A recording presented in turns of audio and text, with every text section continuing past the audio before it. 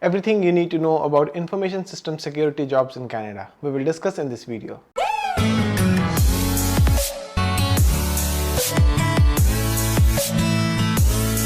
Hey everyone, I'm your average guide Sahil Gogna. Welcome back to another video. So if you're new to this channel, I upload videos related to IT industry in Canada every Sunday. And today we are going to discuss about the information system security jobs and the skills required, the certifications you need to know, and everything else in detail. So without any delay, let's get started. Hi Jasjeet, thanks a lot for joining the call today. And before I ask you any questions about the information system security, can you please introduce yourself to the audience? For sure. So my name is Jasjeet. I'm an information system security specialist. I work with entity data right now. I have completed my master's degree in Canada. I did my master's in information system security management from Concordia University of Edmonton, Alberta. And I did my bachelor's from India. That was bachelor's in engineering from Thapar University in Patiala, India. And I did my bachelor's in electronics and communication engineering. And after that, I moved to information security. Right now, I'm working and I'm in front of you. And if I talk about your day-to-day responsibilities, so I'm curious to know, like, what are the tasks that you perform on your daily basis as the information system security specialist? So what we usually do, a lot of tickets are generated, a lot of cases are made, and those cases are distributed among our teams across the organization. So what exactly happens? Some cases are generated using the system. Like they automatically generated, maybe something that got triggered, a security incident occurred and it got triggered, it became a case, it came to one of us. We go through all those cases, we go through the case and then we try to, understand what exactly happened and how exactly did the thing got triggered. And if we can manage to have some evidences on it, sometimes it's just a fake positive, sometimes it's just it's a true positive, sometimes it's a false positive. So we work on that. We try to understand what exactly happened and we work accordingly and then try to solve the ticket. We try to close the case. And sometimes a new integration is happening in the organization. Let's say a third party app or maybe a third party infrastructure is being integrated to the existing infrastructure. In that case, again, a case is generated and we need to go through all the hypothetical cases or occurrences that can possibly occur and take care of them. So we can either accept the risk, we can mitigate the risk, or we can find a solution to avoid the risk, and a lot of things. So that's just a high level introduction of what I do day to day. And of course, we get a lot of cases, we try to solve as much as we can. Okay. So if I understand correctly, so whenever there's this security threat on the tools that you're using, so the issue got raised, it is escalated to you, then you look into the issues, then you try to solve. Or maybe if the company is trying to use new tools and technologies, or maybe it's some new type of integration, then it's your responsibility to make sure that they are like safe to use and they are safe to integrate, right? Yes, pretty much what you said is even the smallest threat that can happen to any organization across the globe is a social engineering attack that we all know about. Most of us are aware of that. So even those problems, those small issues, because they can become really big, and they are one of the biggest threat in the industry right now. They become a case as well, and they come to us as well. And there are always activities going on to avoid risk, to determine risk, to how exactly things are done. So okay, pretty much. And just if I talk about the time when you were looking for a full-time job, so for past 1.5 years, like ever since the pandemic came and after the pandemic, I have read a lot of articles stating that the increase of this profile or like this industry has increased dramatically. And I want to know, like, you as a candidate, when you were applying for jobs, how credible this information is. Were there a lot of jobs available, or like what was your call to interview ratio, and how hard was it to find a full-time job? I would say it is not a piece of cake. You have to work hard to find a full-time job, that too in IT, and when you're in Canada, and because there are no on-campus recruiting as in my previous college when I was in India, there was companies come to they come to the campus and they recruit you there and they take you from there and you get a job right away, even before you have completed your role. In Canada, it doesn't work like that. So you have to apply using Indeed, LinkedIn, this, that, your college alumni and whatnot. I mean, every single thing you can think of, you have to apply. If I say jobs in the market, they are tremendous. I mean, you can, I mean, every single company every single organization, they need professionals like us. So yes, job market is pretty good. But at the same time, everyone wants someone with somewhat experience. So that's true with all the IT fields, I believe. And because of that, it's more like that if you have some experience, they want you. If you don't, they don't really want you. So to come over that,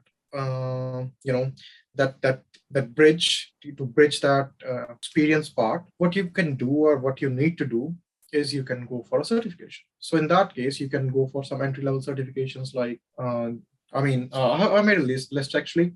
So let's say certifications like SSCP, Security Plus, and then you have this GISF. There are a few certifications. If you have those, like the HRs who are going to shortlist your resumes and stuff, they will give due consideration to your application. That's one way to go for it. At the same time, if I talk about myself, when I was applying for the jobs, I didn't have any certifications, so it was pretty bad.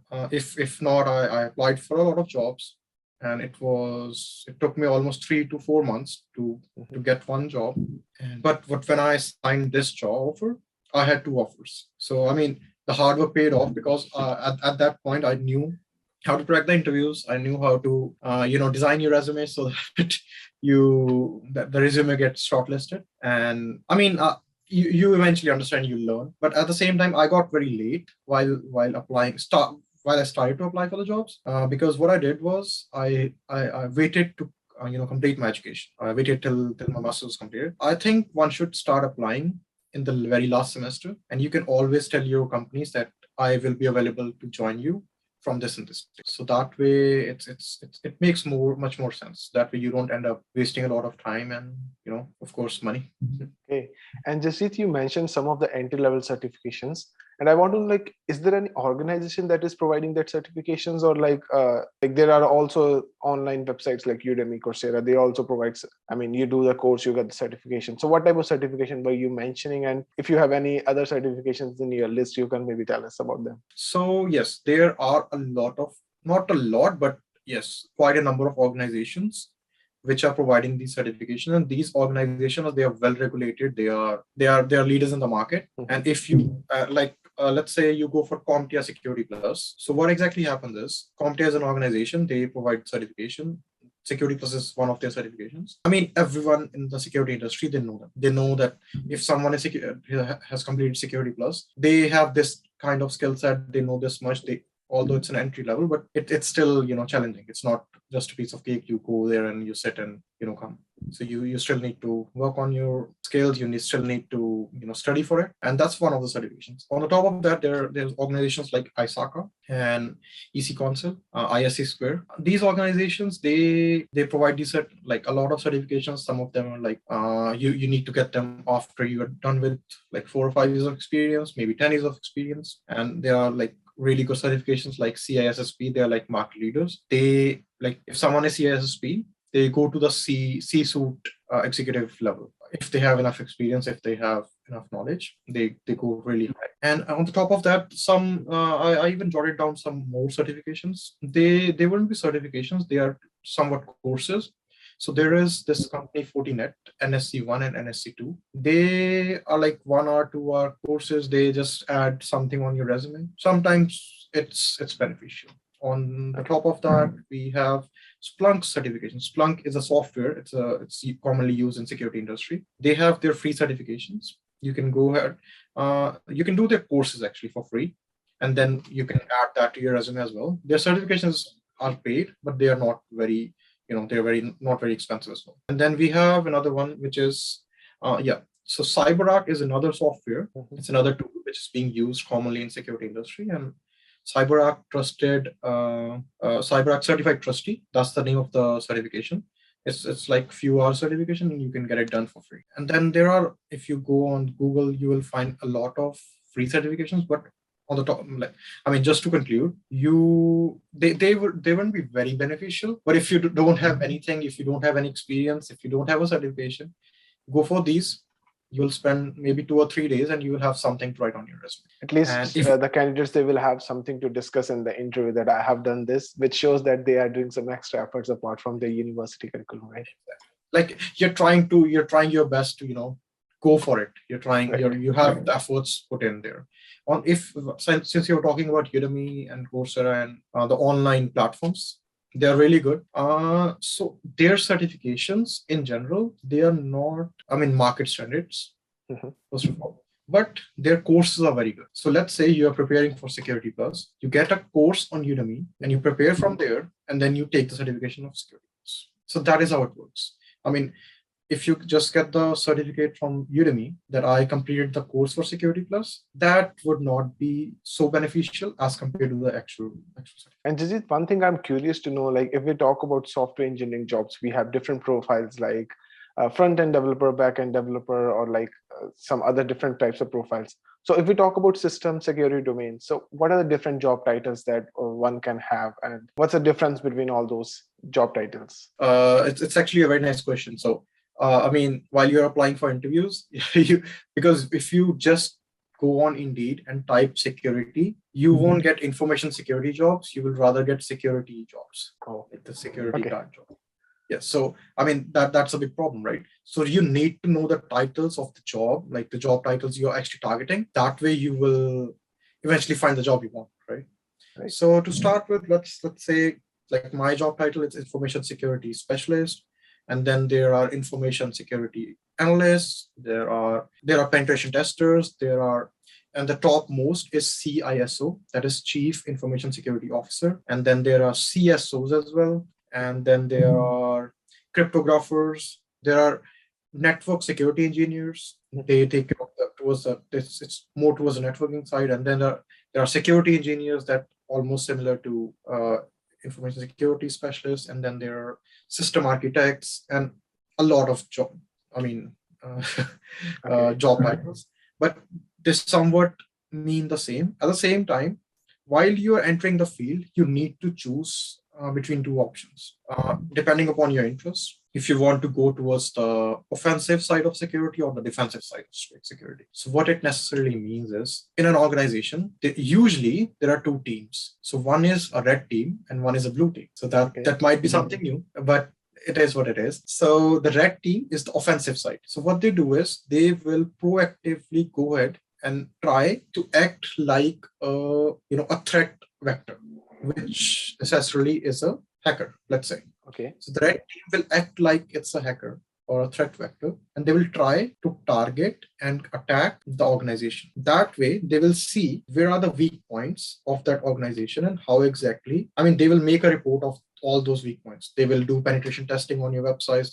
They'll try to break into your system. They will try to go ahead and do all the, social engineering attacks. They will send, phishing emails to all the employees, and they'll try to tailgate some employees and enter the organization and things like that, like a million things. So that team will make a report. And on the other side, the blue team, which is the defensive side of the entire agenda, the defensive side will go through that report and although they will try to proactively take care of all the infrastructure, at the same time, they will work on the report and then work exactly what exactly was not up to the mark. How exactly did that offensive side get in? What exactly were the attacks, and how they can mitigate those attacks, or if they can accept those risks. So yeah, on top of that, you need to, on top of job titles, you need to know which side you want to go. If let's say it's more becoming an ethical hacker is more of your interest, go for the offensive side and you'll be the red teamer and you will try to break into systems. So, that some people have that thing to, go for that, but they want to stay in the legal limits. So you can be a hacker and you can be in the legal limits, and it's kind of exciting. Okay. And Jasdeep, I know you have very limited experience in this field, like you have just entered a while ago. So according to your experience, if I want to ask you something, that all the cool things that you have just told, are these things taught in the university, or you explore them on your own? You read articles, you do online courses, or once you enter into the industry, then you get to know like, oh, these are the things, and then you choose your interest. So how this thing like works, or like it worked for you? Maybe you can just give us an overview. Of course, on the top of every single thing, it's more about your interest. Like a million things are taught in the university, but it depends on you what exactly you grasp, right? So yes, I learned a lot of things in the university while I was studying a master's. But at the same time, there is an overwhelming amount of knowledge that we get in any formal educational institution. So you don't really, everything doesn't stay in your brains. So you need to, learn things after you're done with when you college. And although like the red teaming things and all those things, I learned them in the university. And then on top of that, when I was preparing for my certifications and stuff, I learned all those things. But for me personally, I didn't take the certifications. I was studying for the certificate. So although I have been blabbering that should take a certification, but it worked out for me. I got the job without a certification, but I had, decent amount of knowledge because I studied for like 5 certifications in total. So the only reason I didn't take them was because I don't want to spend that much of money. And these certifications, they come at a price and you have to maintain them as well because they expire. So let's say the cheapest certifications we get around is 400 Canadian, and that's the cheapest. And then you go up and up and up, and there are certifications which are like 2,500 Canadians, 5,000 Canadians, and that's just one exam. So, but you can always study for it, right? So if you study for these things, and even in your resume, if you just write that you are preparing for this and this certification, that brings a lot of impact on the person who is taking, considering your resume, because that way they know that this person has, is trying to do something. So yeah, I learned a lot of things after college as well. Okay. And Jasdeep, while you were walking us through the different profiles, like a lot of things, you mentioned very cool things like red team, blue team, offensive, defensive, the hacking, ethical hacking. So the one thing that comes to the student's mind before entering into this industry, before even choosing their college or university, is that how much coding they need to, excel in this field. How much coding you need, use on your day-to-day basis. Are there any particular tools that you use? So can you please just walk us through this part also? If we talk about coding in general, it's not that you need to be the best coder in the world. You need to have knowledge of 20 languages. But yes, if you're going into IT, you need to know the basics. You need to know how to read a code if it's in front of you, or maybe understand what exactly is happening, how exactly the loops are being used, or how exactly, the variables are being used, because that's just like learning ABC. You need to know that, right? If you know that, you do not need to be an expert in coding. You do not need to become, need to learn Python before you join this a master's or a diploma in information security. You don't need that. In my particular profile, what I'm doing, I do not need to write a single line of code, or even I don't even have to read a single line of code. But that's just some profile. If you become a red teamer, you might have to do that, but that again depends on the profile you're working on, the kind of it's again, even there will be software developers who wouldn't be writing the code, but rather they are just they're doing QA or whatever. They're doing something else, right? But they are developers. So in some way, they can be called developers. So it's similar to that. You do not, like in most of the job profiles in information security, you do not need a higher knowledge of code. That's a bit assuring for the people who don't like to code and still they want to enter into this industry. I personally didn't like to code. Of course, I learned coding in my bachelor's. I was pretty proficient in that. I made a lot of projects as well. But I didn't see myself sitting in front of a computer and just typing all day. Although that is what I'm doing right now as well. But it's not cool. One key element that I want to share with everyone: while you're applying for jobs, don't make a generic resume and send to everyone. Never do that. That is the worst thing you can do to yourself. So when you're applying to a job, let it be Indeed, let it be LinkedIn or whatever, you need to manipulate. Manipulation is not the right term though, but you need to align your resume according to the job profile that you're. So because let's say maybe in your bachelor's or maybe in your master's, you learn 20 things, but only 3 things align with the job profile that you're applying to. You need to bring those up. So that is one thing that everyone should do. On top of that, I think LinkedIn is the biggest tool this world has ever seen. I personally love LinkedIn. So yeah, if you start to network with people, you ask them, you request them to maybe put in a referral for you and do those things, it'll be pretty easy for you. You'll find a job pretty good. So, thanks a lot, Jasdeep, for your time. It was really, really a great conversation, and I'm pretty sure that our viewers would have learned a lot from your words. Thank you for joining. it was my pleasure. Thank you. So guys, this was today's video. I hope you have really liked the video. please make sure to subscribe the channel. And let me know in the comment section below which other videos would you like me to make in the future. See you in the next video. Till then, stay safe.